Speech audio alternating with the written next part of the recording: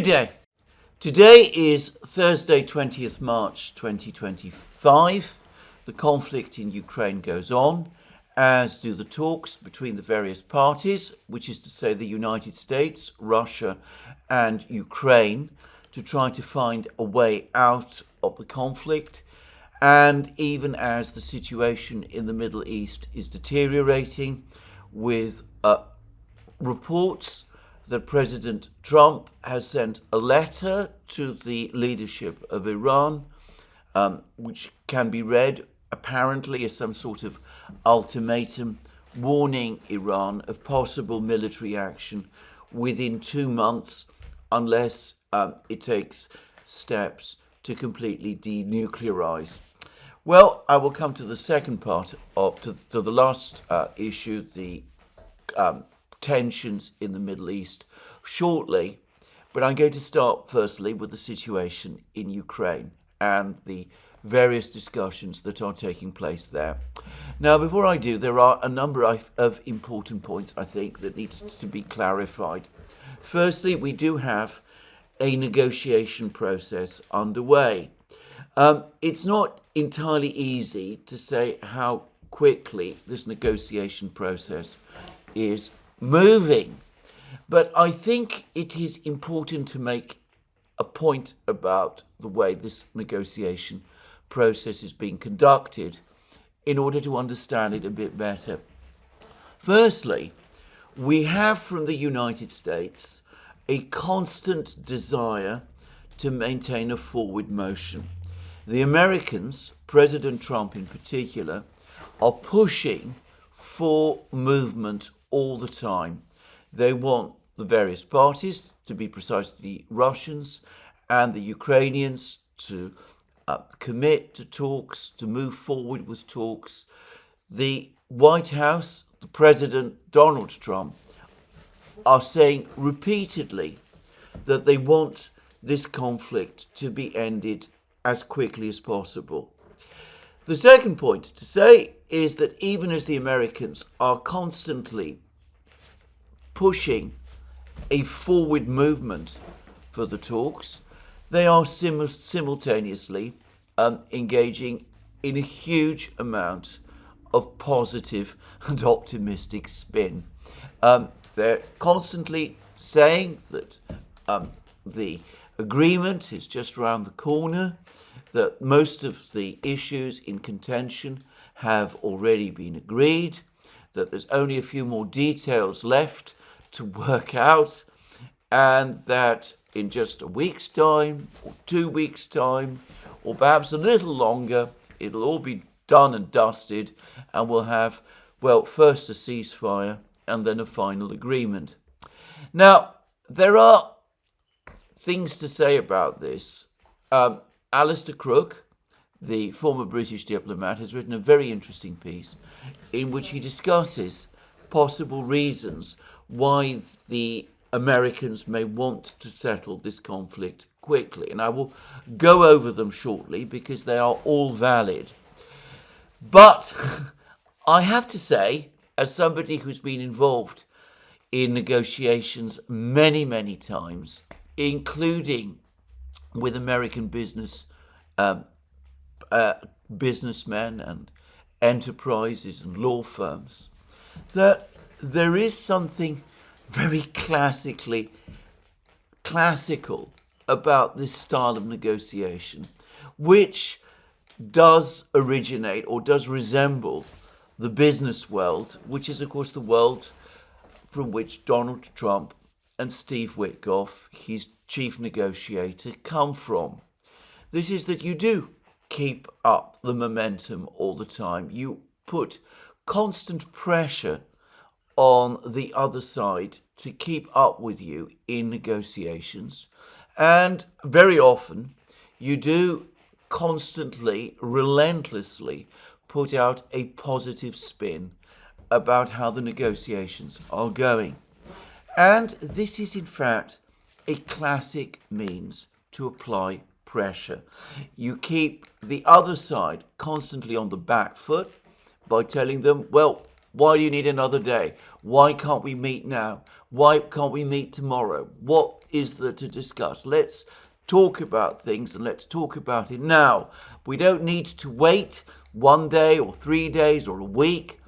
As I said, it's a classic means of applying pressure, of keeping the other parties on a back foot, and of course giving an optimistic spin to how the negotiations are going is also a classic, in fact it's a standard means of putting pressure, applying pressure in a negotiation. Because if parties engage in negotiations, that is to be taken as a sign that they want to agree. So by constantly harping on the fact that an agreement is round the corner, that it's almost been reached, well, you put the burden on the other side to agree to that, to admit that the agreement is almost there, and that's a way of ramming through concessions, of getting the other side to agree to things which, if they were given time and if the atmosphere was different, they might not agree to make. So this needs to be borne in mind. This is not unusual negotiating. Now, it works very well in the business world, especially if the party that is engaging in these kind of tactics is in the stronger position. It can run into significant problems when the other side, as in this case, is like the Russians, arguably in the stronger position and is well organized and strong enough to withstand this kind of pressure. If I can just go briefly to what Alistair Crooke is saying, he puts it like this. He says that whilst the Americans, well, Trump wants to negotiate quickly, the Russians are not interested in doing that in the same way. What is apparent is that whilst Trump seems to be in a tearing hurry, Putin, by contrast, is not, and he will not be rushed. His own constituency will not countenance a hastily fudged accord with the United States that later implodes amidst recriminations of deceit and of Moscow again having been fooled by the West.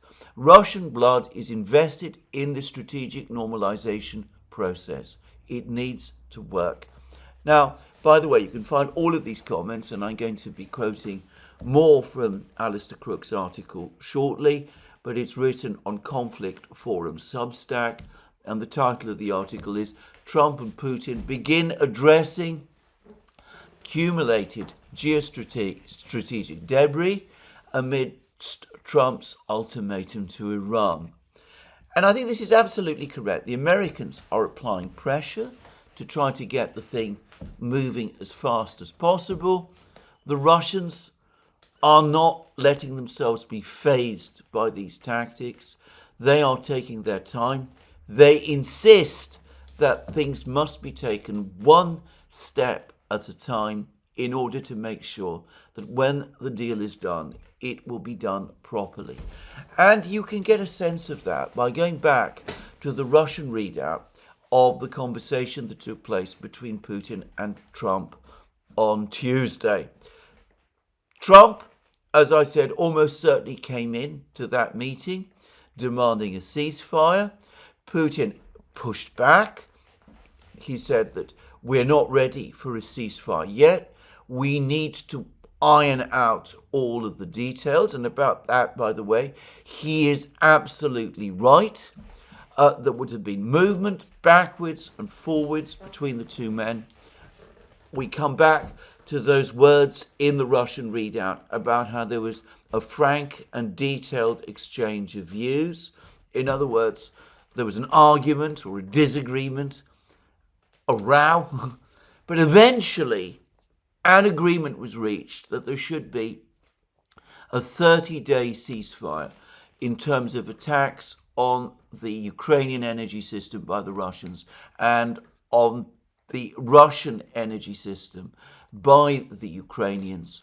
And I pointed out in several programs now that this is not a big concession by the Russians, despite the desire of many people to read it that way.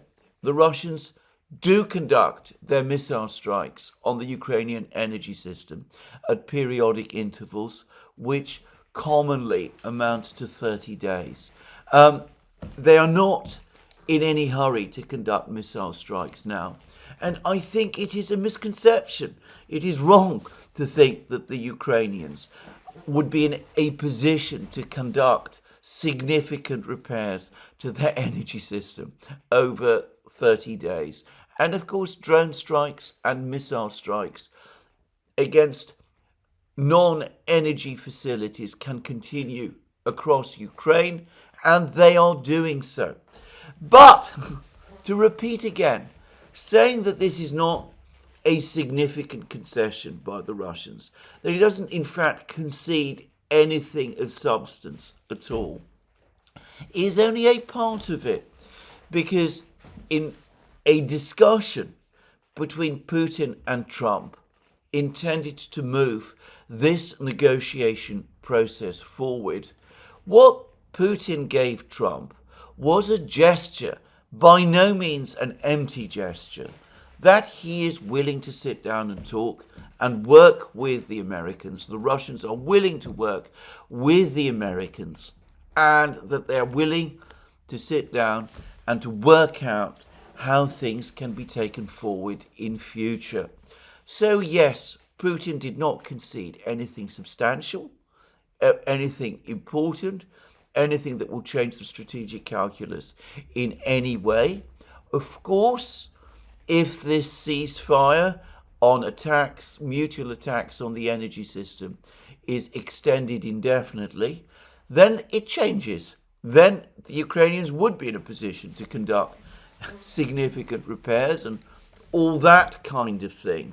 But it is most unlikely that Putin will agree to that unless the Americans make substantial concessions on other issues, for example, arms supplies to Ukraine during the period of any future ceasefire.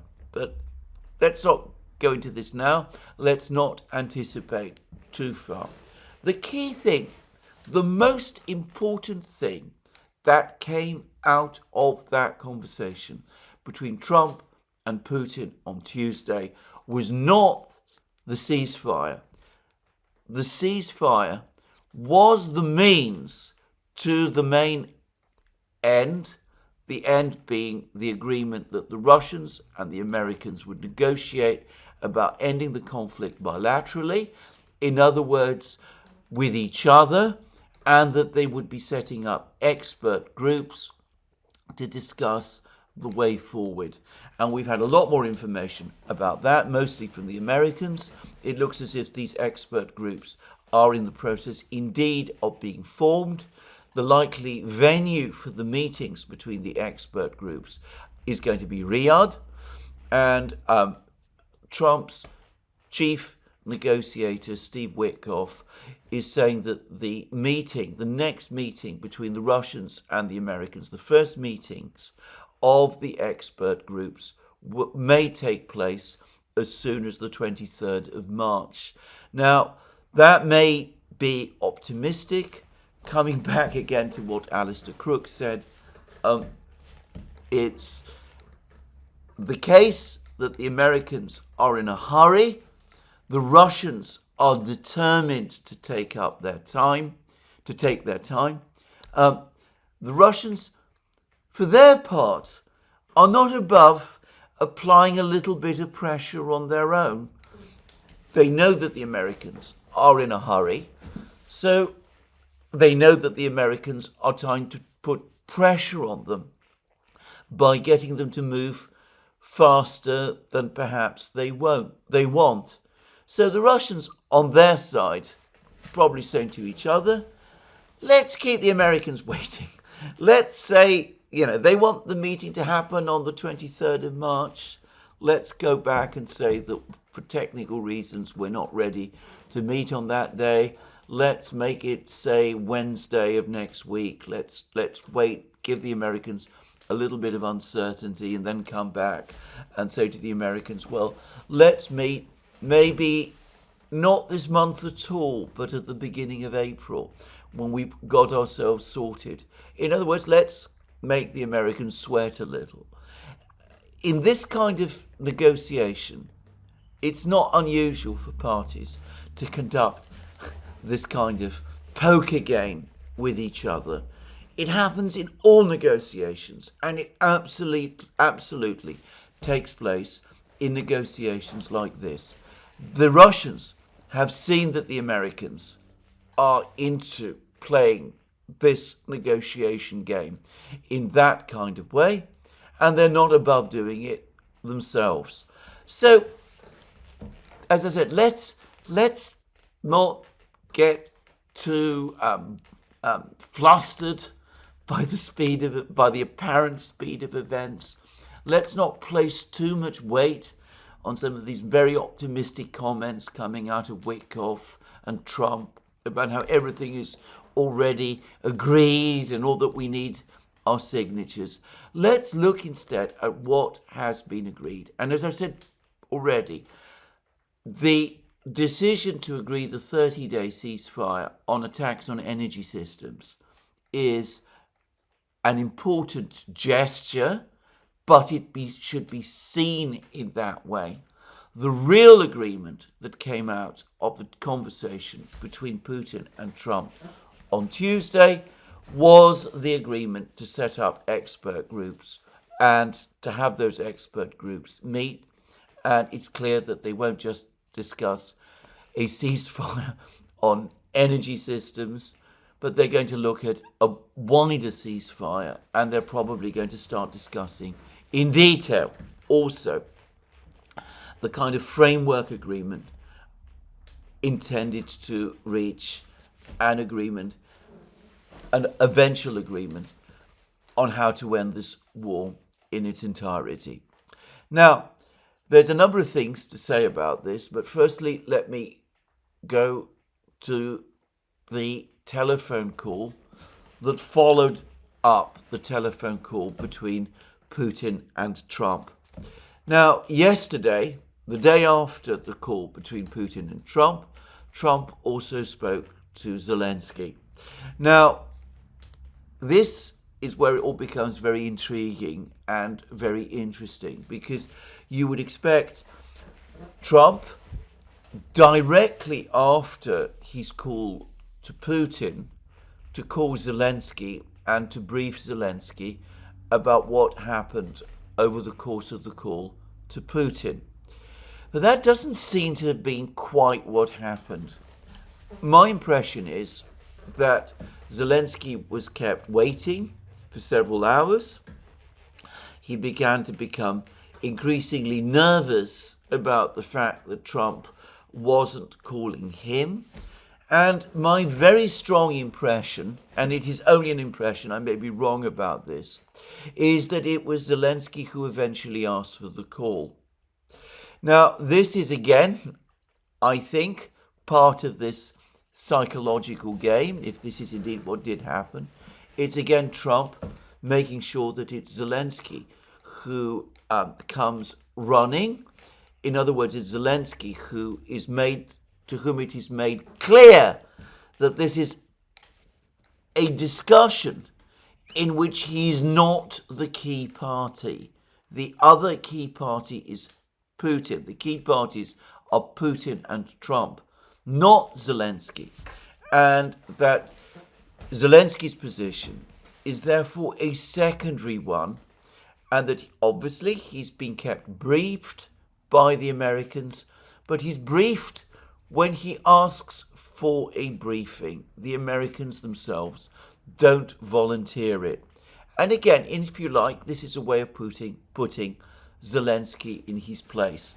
Anyway, we have a readout for this call between Zelensky and Trump. Now, it's interesting because this has gone up on the White House website.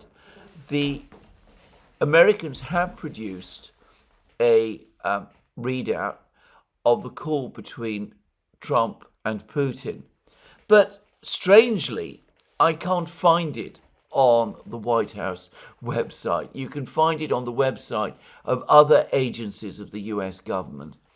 It looks as if the Americans, for the moment at least, are somewhat unwilling to discuss too openly or to disclose too openly what passed over the course of that call between Trump and Putin.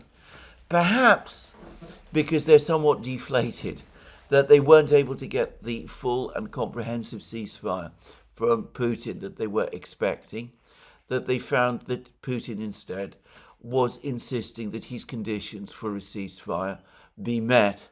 So anyway, I just mentioned that.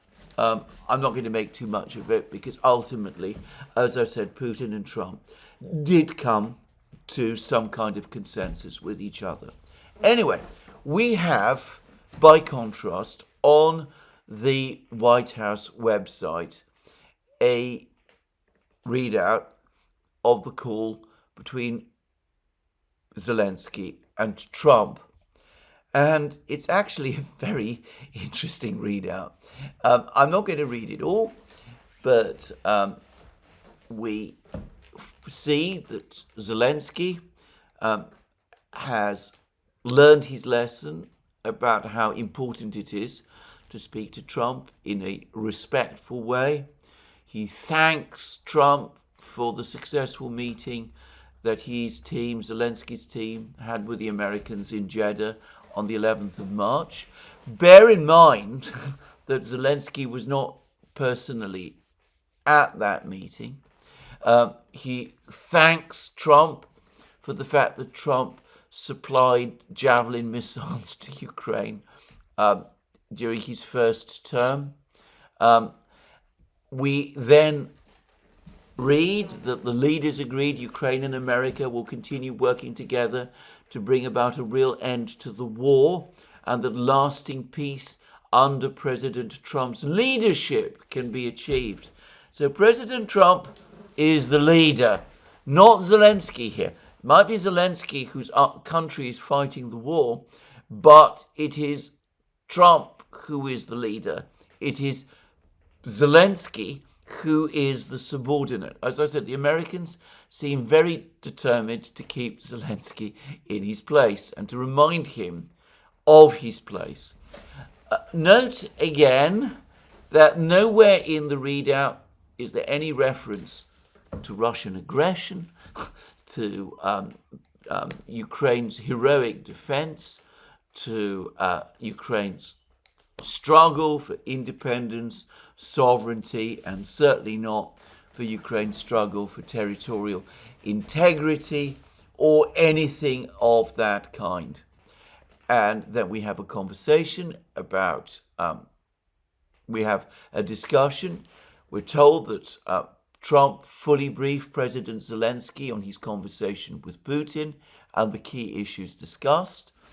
And then we're told that Trump and Zelensky reviewed the situation in Kursk and agreed to share information closely between their defense staffs as the battlefield situation evolved.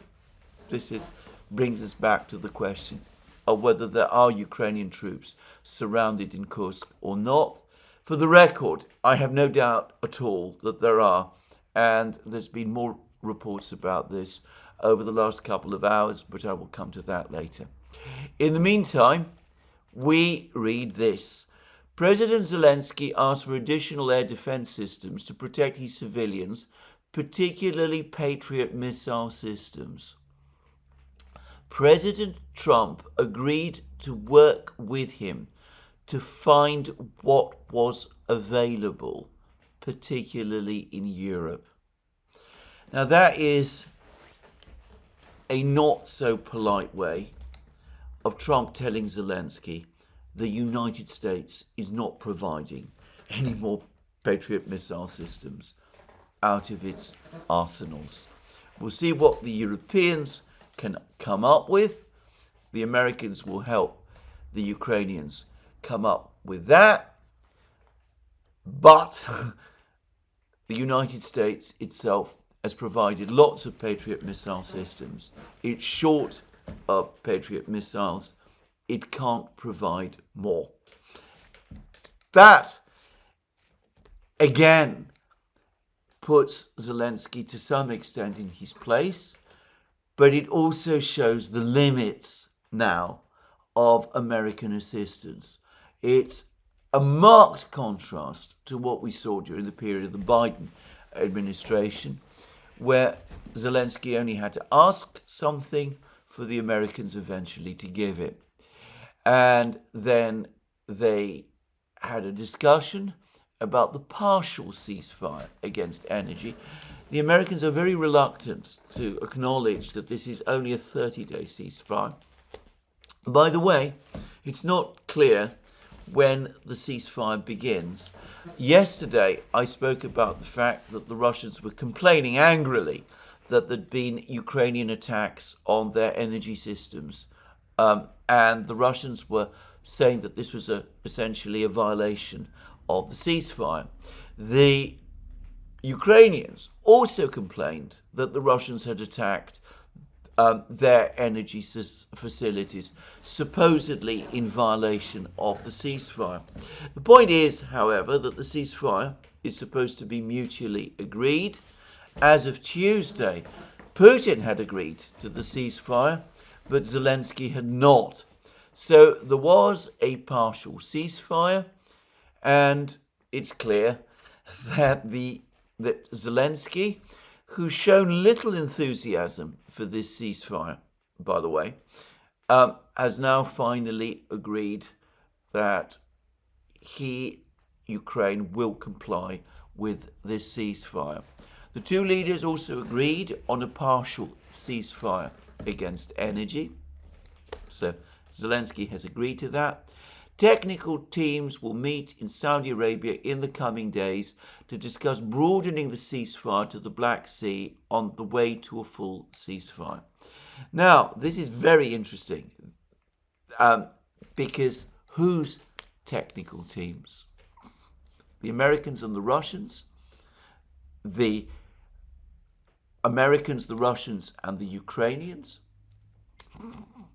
It's interesting that we're just told that its technical teams will meet in Saudi Arabia in the coming days. This doesn't mention the 23rd of March, to discuss broadening the ceasefire to the Black Sea on the way to a full ceasefire. Now, note about this that technical teams are going to meet in order to discuss this. The Russians have been talking recently about this ceasefire or purported ceasefire in the Black Sea. Peskov has had a lot to say about it. He pointed out that Russia did agree to the grain deal back in 2022. The grain deal allowed Ukraine to ship grain and foodstuffs from its Black Sea ports without interference by the Russian military. In return, all sorts of promises were made to the Russians about the European Union lifting its sanctions, for example, on Russian fertilizers, releasing fertilizer that had been caught frozen in certain European ports, allowing a Russian bank access to the SWIFT system so that it could receive payments for any goods supplied.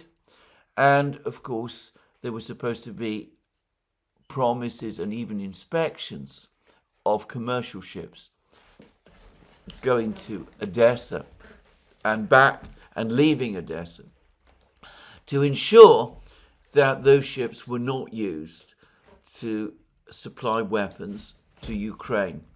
Now, the Russians have complained, correctly as it happens, that none of these provisions were actually fulfilled.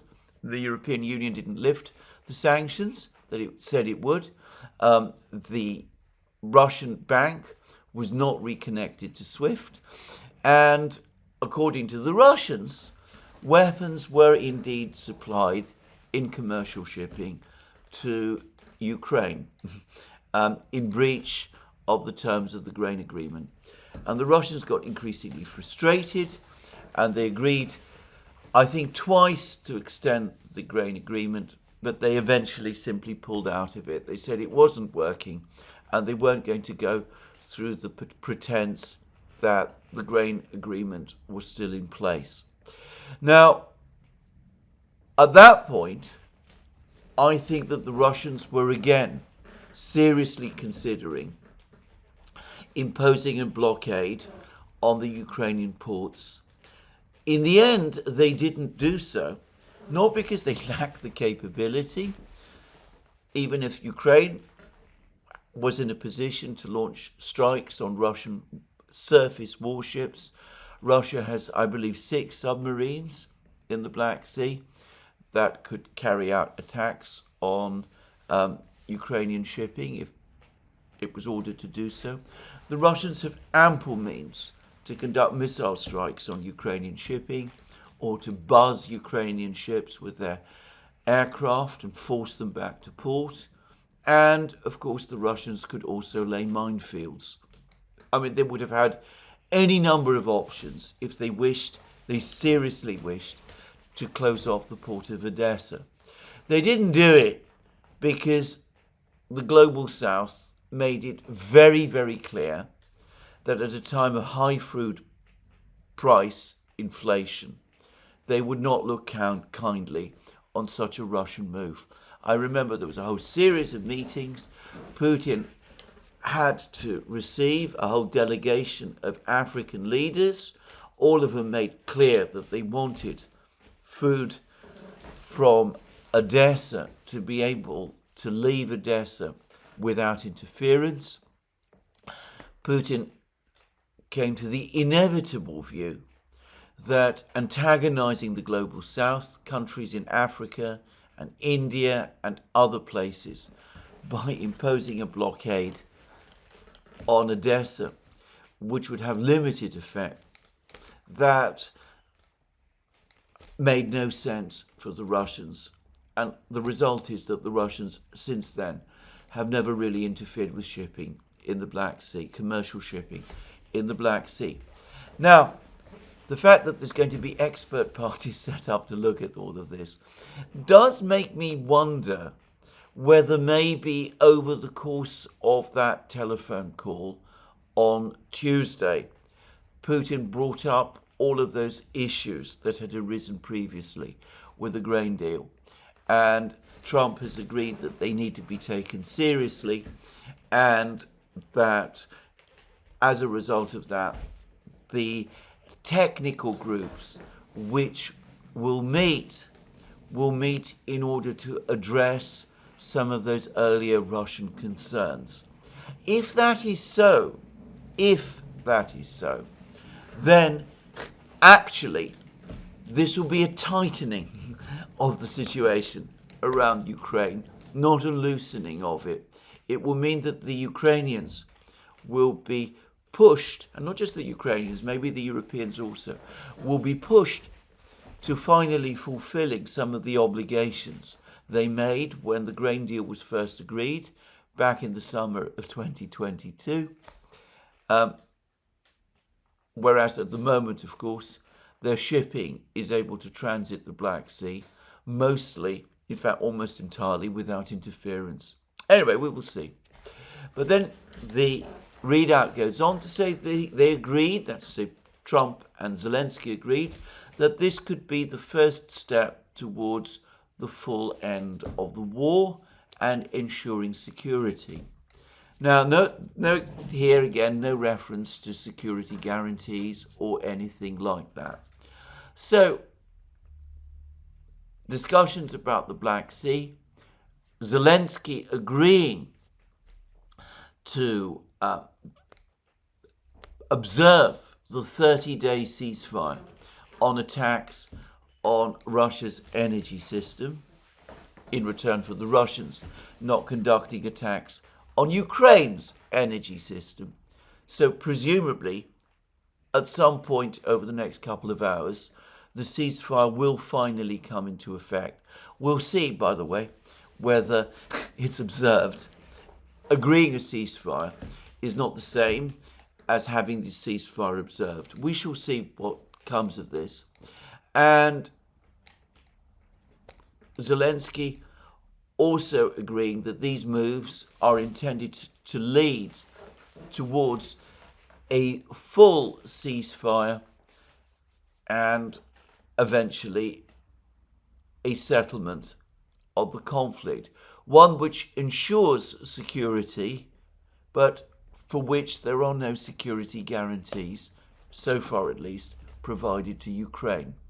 And then we read again that President Zelensky is grateful for President Trump's leadership in this effort and reiterated his willingness to adopt a full ceasefire. So once again, Zelensky accepting that it is Trump who is the leader, Trump who is the boss, not him. And then the most bizarre part of the entire readout. The two leaders, President Trump also discussed Ukraine's electrical supply and nuclear power plants.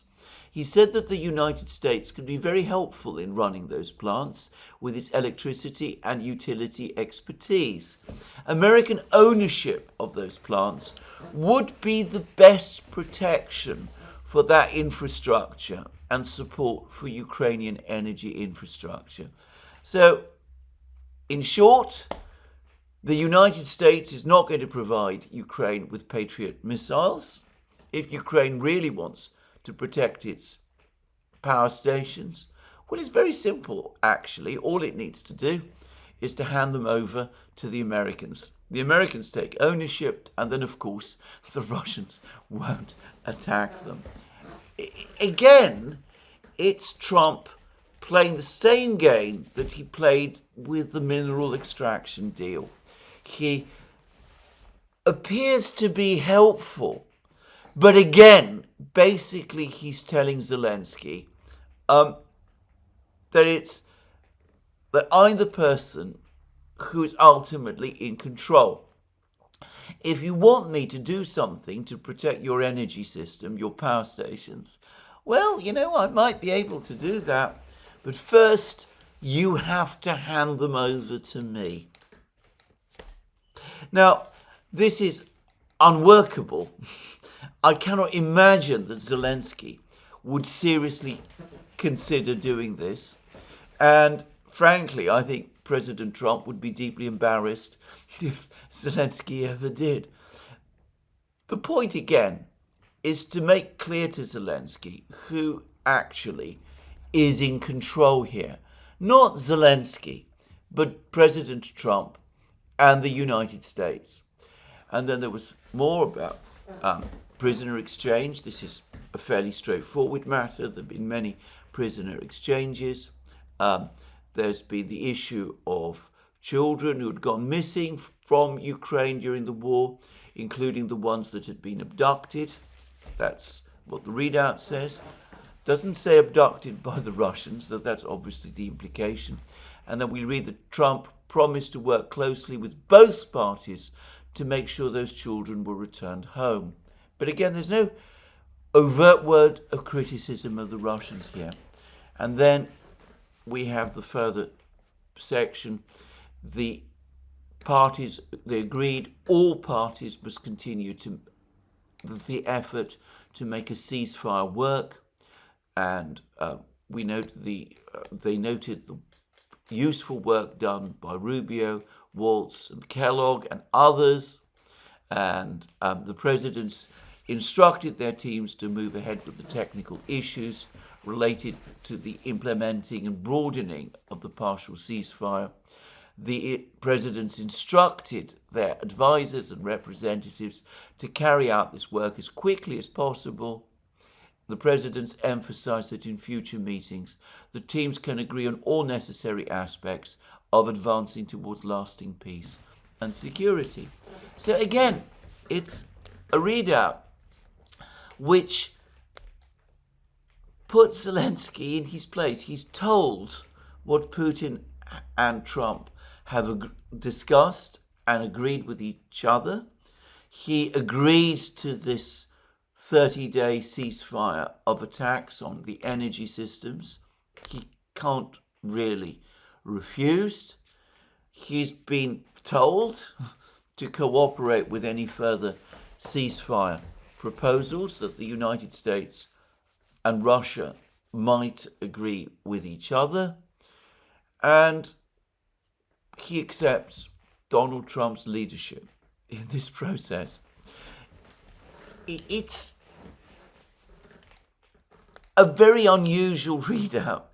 Most readouts at least make a pretense that the party that is in contact with the United States is on some sort of equal basis. But this readout makes no pretense of that. And in terms of what Zelensky asked for, which is more Patriot missiles, Trump basically said no. He said, no, you're not getting any more Patriot missiles from the United States. We'll see whether the Europeans have any to spare. And if you want me to protect your energy system, well, you can. I will, but first you must hand it over to me, and I must have complete ownership of it. So there we go. That's the discussion between Trump and Zelensky. Zelensky will not have been happy with that. He is speaking with his European friends today. His friends in Europe are busy organizing that meeting of military chiefs, which is supposed to be happening today in London, to sort out peacekeeping forces that might be sent to Ukraine in the event of a ceasefire. Notice, however, that Trump has made no effort to brief the Europeans. He's spoken to Zelensky, I believe, because Zelensky himself asked for the call. But Trump, having spoken to Putin, apparently feels no particular need to contact the US's erstwhile European allies to brief them on his discussion with Putin. That is, again, extraordinary. It's most unusual. It really treats the Europeans as really not part of the conflict at all. It will be something that the Europeans won't take kindly to in the slightest. And in fact, today, there is an article, I believe it's in Bloomberg, which says that Macron, but it actually means Macron and Starmer, with all their talk about sending European troops to Ukraine, either as part of a peacekeeping force or a reassurance force or whatever, run a very serious risk before long of coming into collision with Trump, because what they're trying to do ultimately cuts across Trump's desire to achieve a peace settlement in Ukraine with the Russians.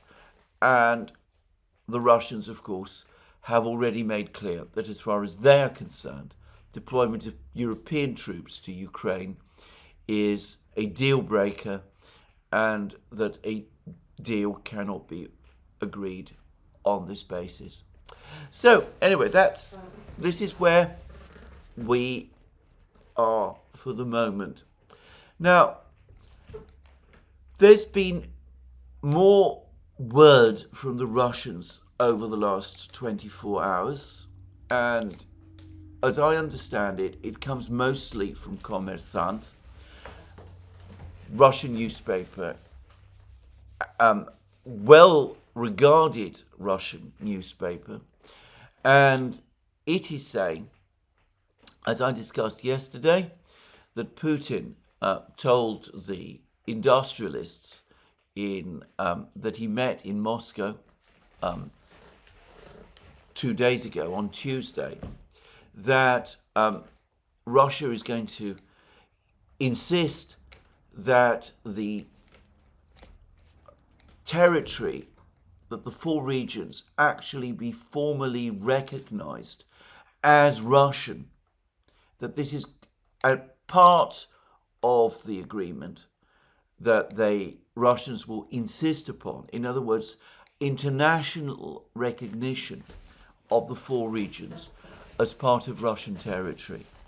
And that only if that happens will Russia not seek to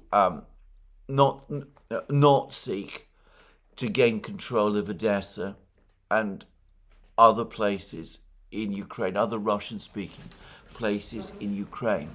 Now, I understand that Kommersant has also said that Putin apparently told the industrialists that Russia will insist on the entirety of the four regions being transferred to Russia. There has been a lot of speculation and discussion in the West that the Russians can't seriously expect Ukraine to give up the city of Zaporozhye, the city of Kherson, the towns of Kramatorsk and Slavyansk and Konstantinovka. Well, I understand why people think that. They may be saying that it's unreasonable to ask the Ukrainians to agree to this. But I don't get the sense that when it comes to Ukraine, the Russians are in any mood to be reasonable. I think the feeling in Moscow is that they have been reasonable for far too long.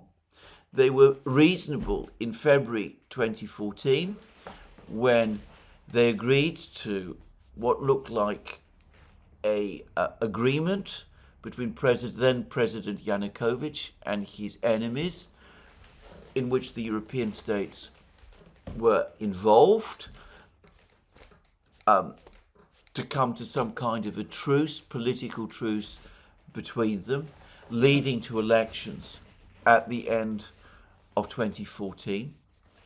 Yanukovych was then overthrown the following day.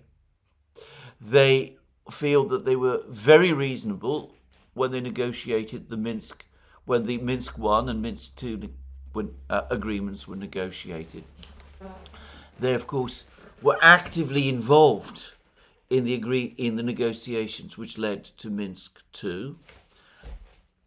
Ian Proud, on his Substack blog, has provided a brilliant summary of the history of Minsk I and Minsk II and of the timeline.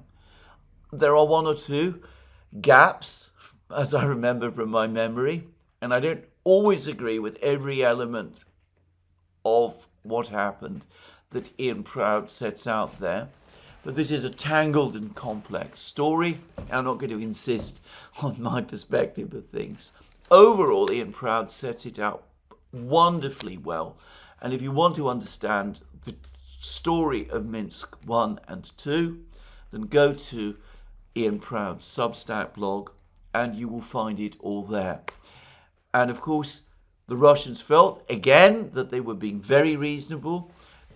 Minsk I and II would have left Donbass, the two Donbass republics, as part of Ukraine. It would have limited Russian claims to Crimea. And of course, Minsk I and Minsk II were never implemented. And it was the Ukrainians, basically, who chose not to implement them, as they themselves have fully acknowledged, and as Merkel and Hollande have admitted that they always knew. So, the Russians also then negotiated with the Ukrainians in Istanbul, in Belarus and Istanbul, at the start of the special military operation. They withdrew their forces from Kiev, or so they say, in order to facilitate the Istanbul negotiations. They thought they'd come to an outline deal with the Ukrainians in Istanbul. And then it all fell apart. The Ukrainians pocketed the fact that the Russians had withdrawn their forces from outside Kiev, and the war resumed. So the Russians, as far as they are concerned, have been reasonable many times. They've made many concessions. And, well, recently, when Lavrov met with the American bloggers, Larry Johnson and the others, in Moscow, he said in plain language that the Russians are not in a mood to make concessions. And I don't think they are. Now, we come back to the question of whether the Russians are under any pressure to make concessions. Now, Daniel Davis, Lieutenant Colonel Daniel Davis, on whose wonderful YouTube channel, Daniel Davis Deep Dive, I have regularly appeared, and who has also kindly appeared as a guest on the Duran. Anyway, he recently had an interview on LBC Radio in London with Nick Ferrari, a fervid advocate of the Ukrainian cause. And you can find the entire recording of that interview on Daniel Davis Deep Dive on his YouTube channel, and also an introductory explanation from Daniel Davis himself. And the key point that Daniel Davis was making right through this entire radio interview, one which Nick Ferrari, unsurprisingly to us who know him, was very reluctant to concede, is that the Russians are winning the war. In fact, they're not only winning the war, they're in a position where if the war continues, all that will happen is that their victory will become more, their military victory will become more and more complete. The choice is not between negotiating with the Russians and continuing the war in the expectation that Ukraine's position will somehow be improved. It is between negotiating with the Russians, accepting an unsatisfactory peace, unsatisfactory for Ukraine and for the West, or continuing with the war until the Russians do achieve that final victory. So, given that this is so, and by the way, Daniel Davis also makes some very good points about why it is foolish to expect that economic pressure is going to make the Russians change their position. Sanctions pressure has been attempted and applied and reapplied, and it has not caused the Russians to break. So it's absurd. It is misguided to expect that more pressure of that kind is going to change the position. Well, given that this is the reality, given that postponing negotiations simply puts Ukraine and the West continuously in a worse and worse position, it is irrational to take that approach.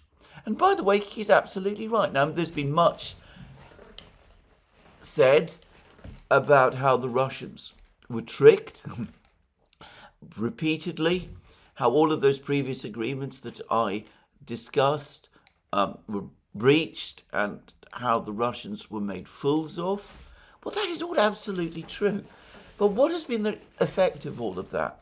Had the agreement between Yanukovych and the Maidan opposition been honoured in February 2014, there would have been elections at the end of 2014, which the Maidan movement would have won, and which would have been internationally recognised, including by Russia, and the whole of Ukraine, including Crimea, would have remained Ukrainian. If Minsk I and Minsk II had been honoured, well, Crimea would have been lost to Ukraine. Ukraine would have had to concede a certain amount of autonomy, not to the whole of Donbass and Lugansk, but only to the territory controlled by the Donetsk and Lugansk People's Republics, controlled at that time.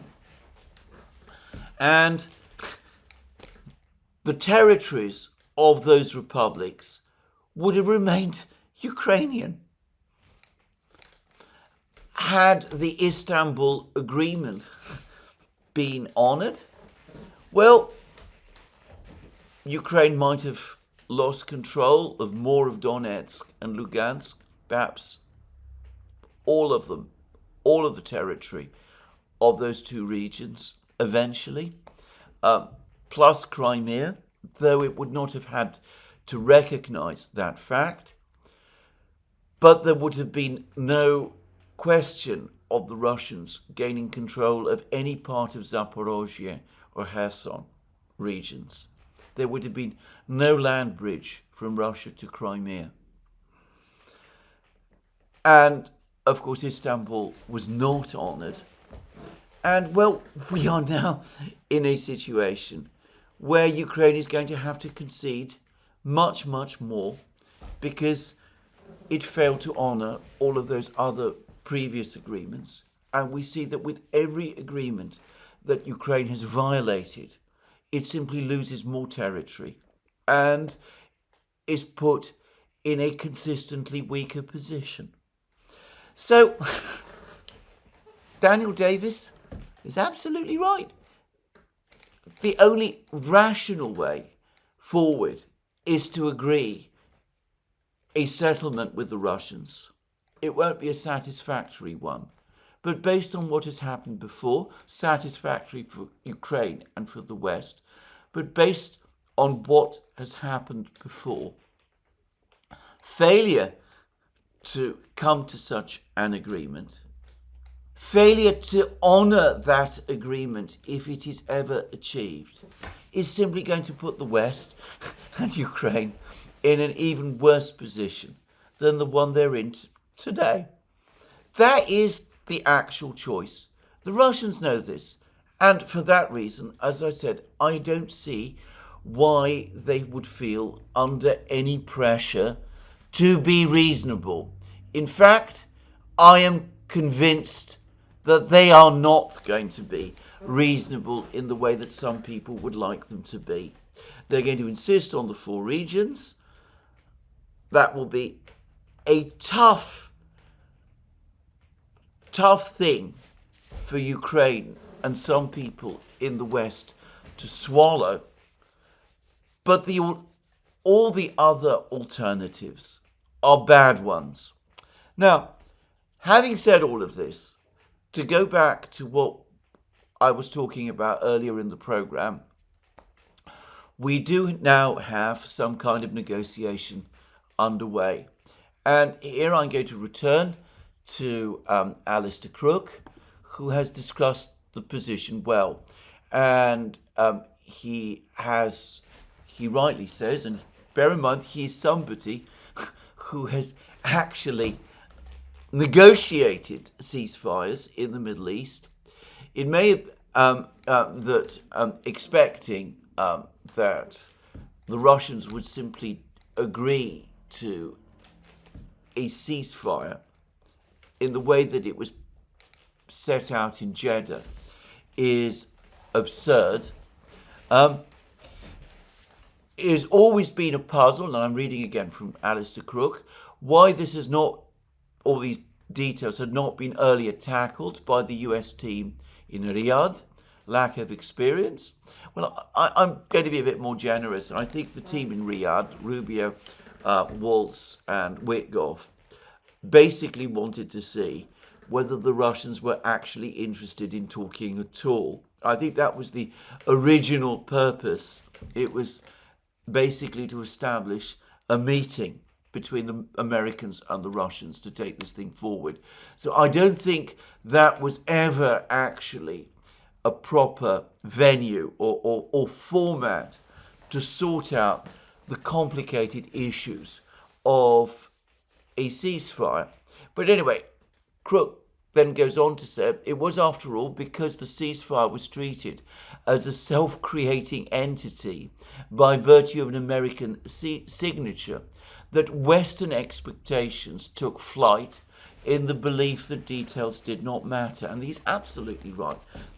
People across the West seem to have come to the view that simply because the Americans wanted a ceasefire, it could just happen. All that remained, and going back to Alistair Crooke, all that remained to do in this flawed estimation was to divvy out the cake.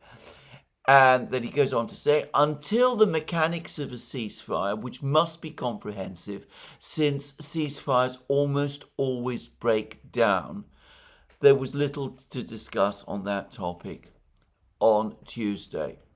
And therefore, there has to be a close and detailed discussion of how to implement the ceasefire. And that is going to happen. Now, that may take time. There may be much more than one meeting. It may be that we will have several weeks of very hard, grueling negotiations to try to work out the mechanics of how this can be sorted. The questions of monitoring the ceasefire. The Russians are quite likely to dig in hard on the issue that Putin brought up during the call, that there will be no more intelligence sharing with Ukraine, no more military supplies to Ukraine during the period of the ceasefire. There are all sorts of people in the West complaining that during the same period when Ukraine is going to be prevented from rearming, the Russians will continue to rearm. That is absolutely true. But again, why would the Russians want to concede on something like that? They could quite easily say, look, we don't need a ceasefire. We are winning. We are advancing on every part of the front lines. We've just smashed the Ukrainians in Kursk region. We have no reason for a ceasefire. If you want us to agree to a ceasefire, these are our terms. We're not saying these terms are reasonable. It's a question whether or not you need a ceasefire and want a ceasefire and want to move forward to settle, because these are our terms. Take them or leave them. Now, I'm not saying that is what the Russians will say, but I would not be in the slightest bit surprised if they do say them. And then we will probably get, I suspect, at some point, progress towards some kind of ceasefire. It'd be interesting to see how it's monitored. Again, I am sure that the Russians will say categorically that European troops cannot be inserted into the ceasefire. They cannot into Ukrainian territory. As I said, it might be that they would agree to joint American, Russian teams to monitor the ceasefire. The Ukrainians might not be happy with that, but then they've just accepted American leadership over this process. Just saying, well, we'll see. But it's going to take time. It may take longer than some people would like. But eventually, I suspect that something will be achieved. Now, that brings me back to this question of why is Trump in such a hurry? Why does he want to have it happen so quickly?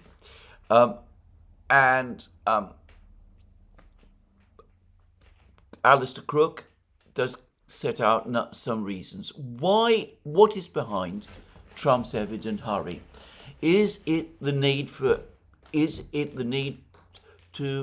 breakneck speed on the domestic front to push ahead before the accumulated forces of the opposition in the United States, plus their brethren in Europe, have the time to regroup and to torpedo normalization with Russia? Or does Trump fear that a long gap before ceasefire implementation will enable opposition forces to push for the recommencement of arms supplies and intelligence sharing as the Russian military steamroller continues its advance. Or perhaps Trump anticipates that Kiev might unexpectedly cascade into a systemic collapse as the Al-Ghani government did in Afghanistan. Trump is acutely aware of the political disaster that befell Biden from the images of Afghans clinging to the ties of departing US transport planes. Yet again, it might be something different. And then Alistair Crook comes to the most disturbing part of his article, which is that maybe it's because of the deteriorating situation in the Middle East. Has Trump decided on war with Iran? Or is it perhaps that he needs Russia's help to try to broker some kind of agreement with Iran? And in order to get that help, he needs to sort out the conflict in Ukraine first. Now, that is a very interesting possibility, and one which I admit had never occurred to me. It takes someone who thinks of the Middle East and who knows it as well as Alistair Crook does to have thought of that. I think that approaching the conflict in Ukraine with one eye on the Middle East may be unwise.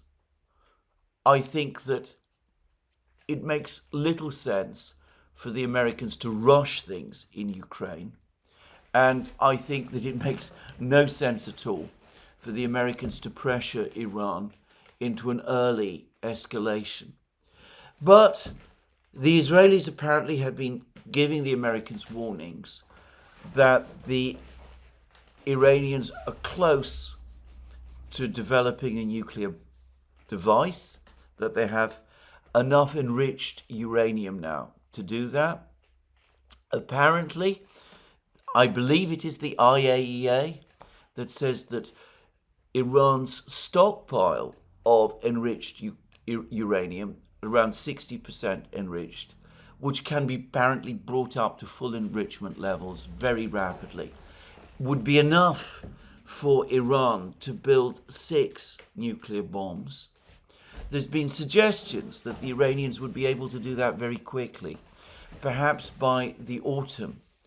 And there is also concern that apparently the snapback sanctions imposed, the snapback on the sanctions imposed relating to Iran's compliance with the original Joint Comprehensive Plan of Action agreed by President Obama in 2015 expires, I believe, in October, and that might also put pressure on the American timetable.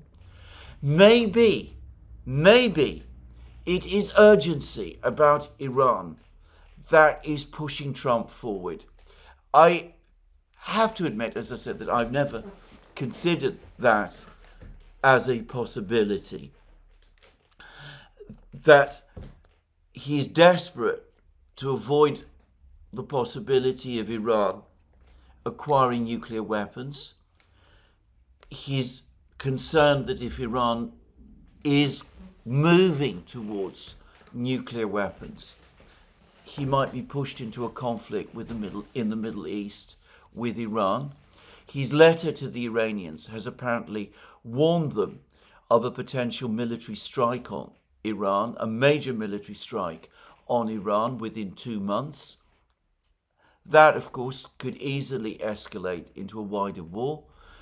Trump has shown himself repeatedly averse to the idea of wars, and he knows that his own electoral base in the United States is hostile to forever wars in the Middle East, and he may be very worried about that.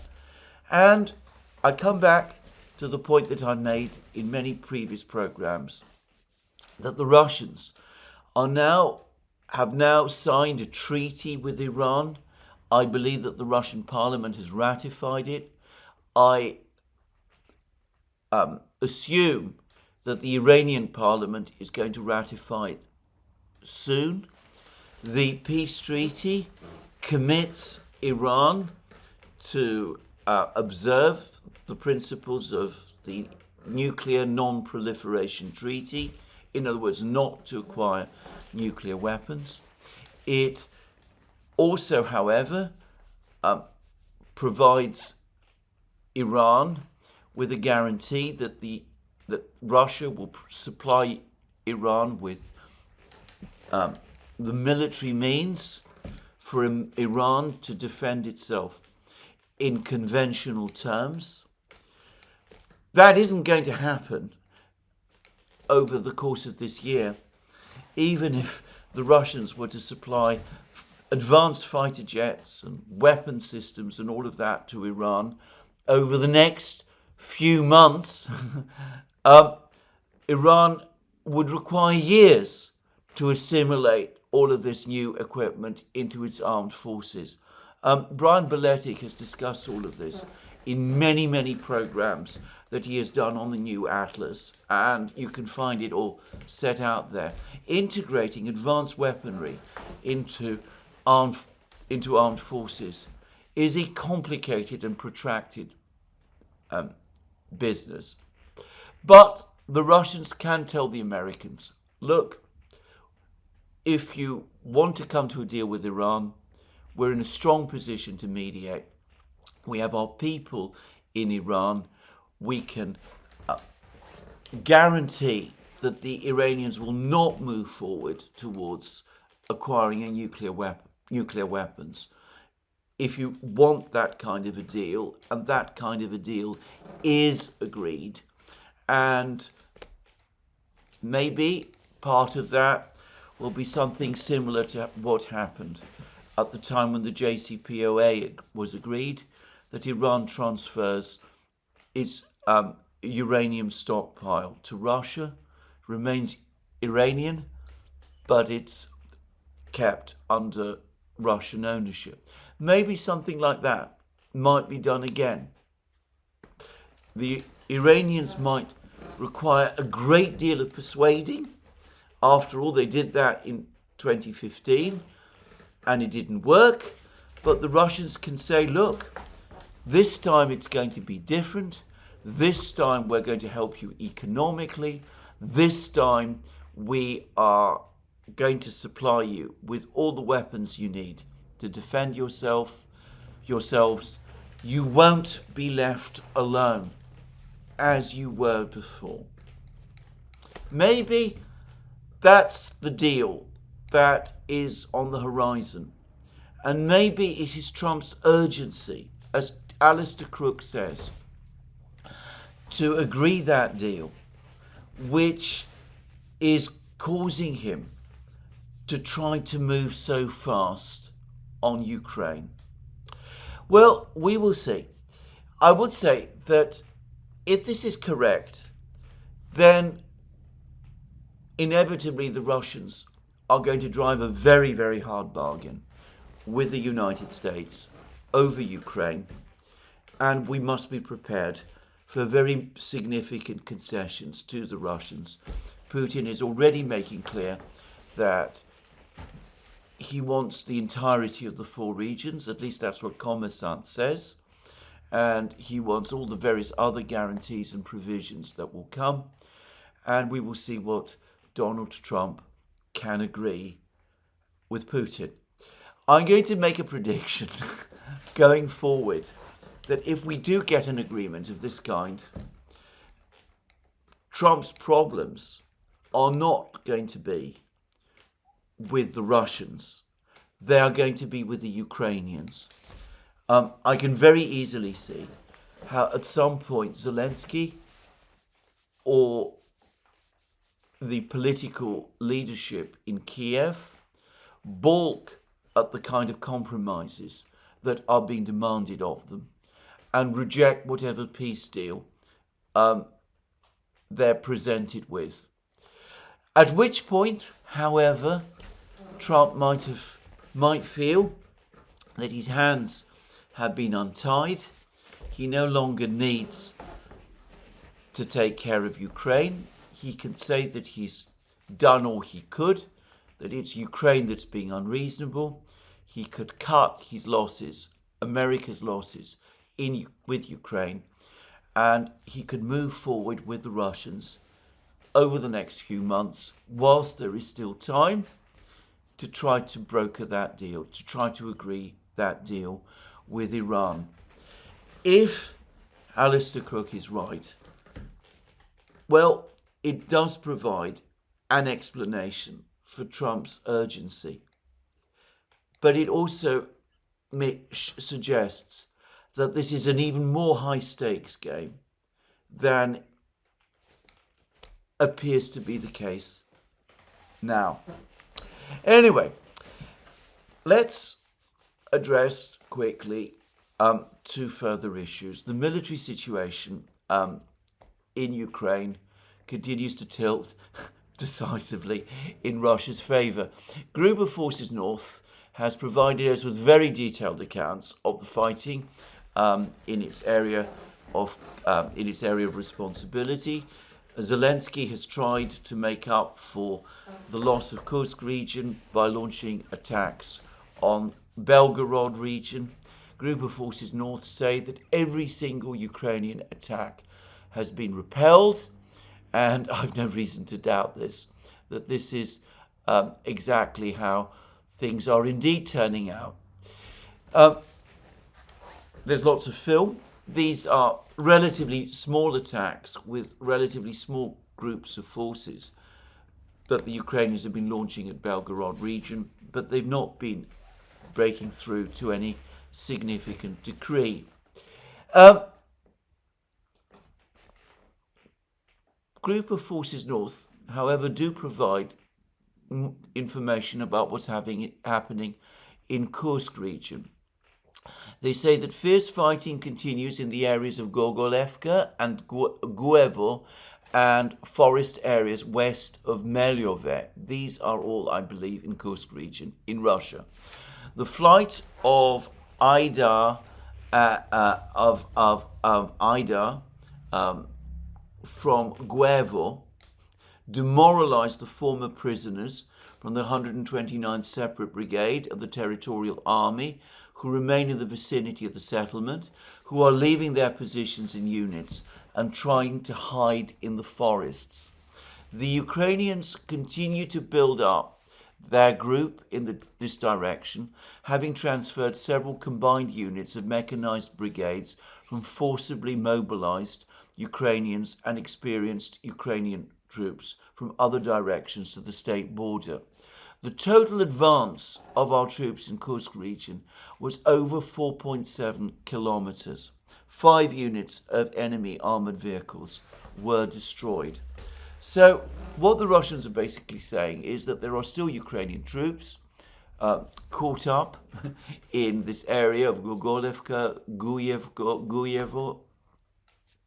The Ukrainians are still trying to reinforce them there, but they are losing men and machines all the time. And of course, elsewhere in Belgorod, their attempts to break through have failed, and their attempts to flee back to Ukraine are causing them to suffer terrible losses. So that's what Group of Forces North is saying. We've had reports of further Russian advances. The Russians now seem to have advanced some distance northeast of Toretsk towards Konstantinovka. It looks as if Toretsk is now once again fully under Russian control. Radovka yesterday published a report that spoke of Chasov Yar as being essentially under Russian control as well. The Russians have made further advances in the Kupiansk area, and there's even a report that the Russians have now reached Yampol, the last village in the Zherebets River area, the fall of which would create a crisis for the Ukrainian garrison in Siversk.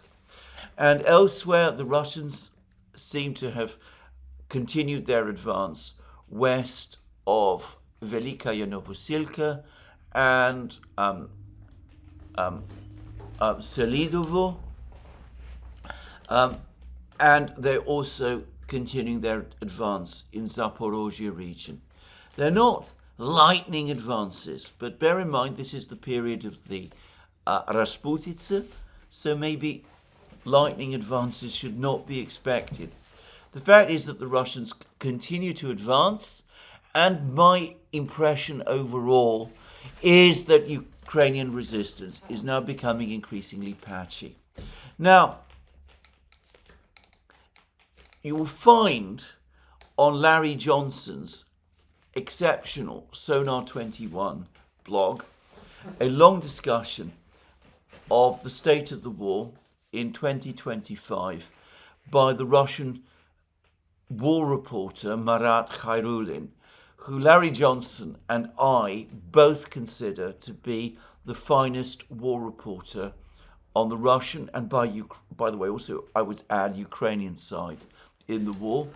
And by the way, the Russians and the Ukrainians do have some outstanding war reporters. Anyway, Marat Khairulin has provided a very interesting overview of what he thinks will be the Russian strategies over the course of this year, assuming that some kind of ceasefire is not agreed.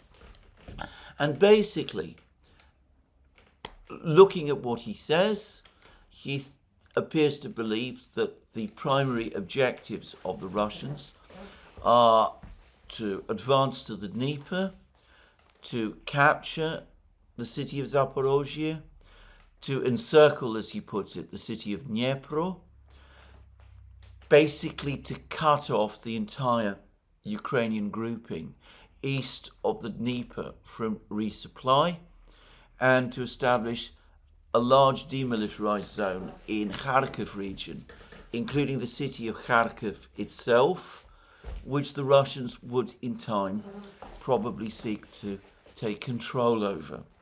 And he also talks about the Russians perhaps advancing across the Dnieper into Kherson region, and of course if they control Zaporozhye as well, as he correctly says, that potentially opens the road to Odessa as well.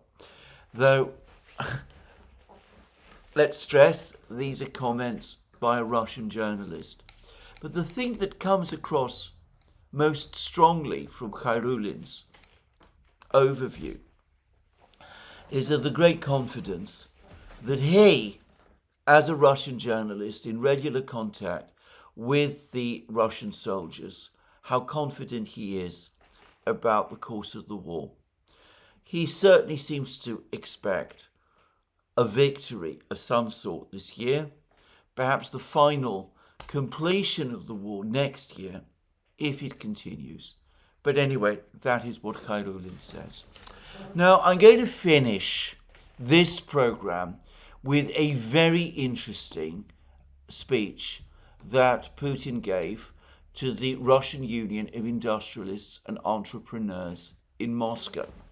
Now, to understand what the Russian Union of Industrialists and Entrepreneurs is, I should say that it is, if you like, the major union of Russian industry and business and employers. It is, well, for Britons, it is the Russian equivalent of the CBI. For Germans, it is the Russian equivalent of the BDI. It is what brings together, in other words, business and industry. And Putin gave a very interesting overview of how he expects Russia to continue to develop. And I'm not going to go into this in enormous detail in this program. Firstly, there isn't the time. But secondly, Alex and I have discussed this at some length in a specific video we've done about the speech, which you will find on the Duran.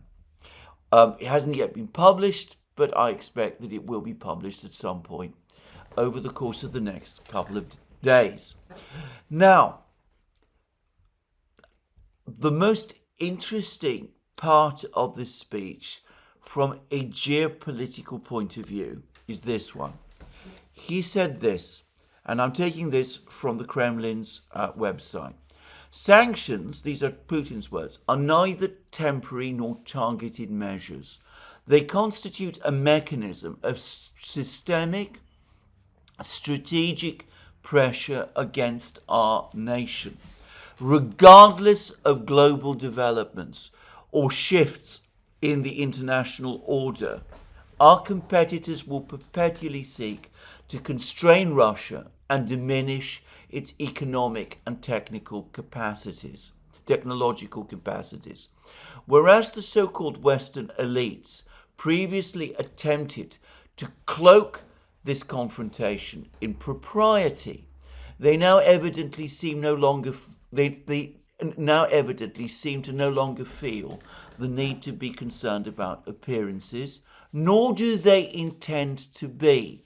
They not only routinely threaten Russia with new sanctions, but they churn out these packages incessantly. One gains the impression that even the architects themselves have lost track of the restrictions imposed and their targets. Our Ministry of Finance has tallied them. I state with confidence 28,595 sanctions against individuals and legal entities. This exceeds by a significant margin all sanctions ever imposed on all other nations combined. Even if there is some gesture from their side, say they propose to lift or ease something, we can expect that another way will be found to exert pressure, to throw a spanner in the works, as was the case with the well-known Jackson-Vanik Amendment. The Soviet Union, against which it was originally introduced, this was in the 1970s, no longer existed, and relations between Russia and the United States were at their absolute best as good as they could possibly be. Yet the amendment continued to remain in force, and it was throughout the 1990s and all the way up to 2012 or 2013 by my memory. And when it was seemingly repealed, it was in fact simply replaced with another restrictive instrument against Russia. And he's referring now to the 2013 Magnitsky Act. Recall this, repealed then supplanted. I reiterate, sanctions and restrictions are the reality of the existing new stage of development that the entire world, the entire global economy has entered. The global competitive struggle has intensified, assuming increasingly sophisticated and uncompromising forms. So what Putin is saying here is, and he's saying this to Russian business, to the people who have to make investment decisions about how to develop the Russian economy over the next 1, 2, 5, 10, 20 years. People he will not want to misinform. What he is telling them is this: don't delude yourselves. Yes, maybe, just maybe, we might be able to get some degree of relaxation of tensions with the Americans, maybe over Ukraine. They might even lift a sanction or two. But they will continue to be our adversary, and we will remain sanctioned. We will remain sanctioned indefinitely. There is no possibility that the West is going to relax its sanctions pressure on us. Therefore, we must plan the development of our economy on that assumption and on no other. And the rest of his speech, by the way, is a basically an outline on how Russia's economy can and will be developed and will grow, notwithstanding this economic pressure applied by the West through sanctions. Now, what this means in turn is that whatever view Putin has about Donald Trump, he is not someone who expects a long-term improvement, a drastic long-term improvement in relations with the United States and with Europe. Those who think that Putin is being led by the nose into some other kind of Minsk III agreement by the Americans, that he's far too trusting of the Americans, are simply not paying heed to what Putin is saying. He is taking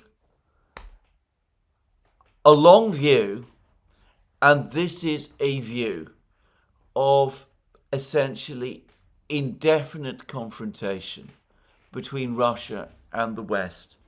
Yes, the problem of Ukraine can be sorted, maybe can be sorted over the next few weeks or months, bringing the war to an end, securing security for Russia's western borders. It's not a certainty. It might not happen, but Trump is trying. There may be reasons for him to try, which I've discussed in this program and in other programs. But even if that happens, even if there is a relaxation of tensions, no one in Russia, certainly not Putin, certainly Putin is telling the Russians, I don't believe that this means that the Americans and the West will become our partners and friends.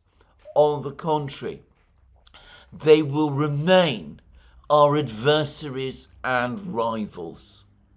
And that, almost by definition, in fact, definitely by definition, is going to affect Russian thinking about how they negotiate any ending to the conflict in Ukraine and about their long-term relations with the West. So there we are. That's what I wanted to say on this program today. There will be more from me soon. Tomorrow, we will see where this all goes. We will see whether we get expert groups set up over the next few days.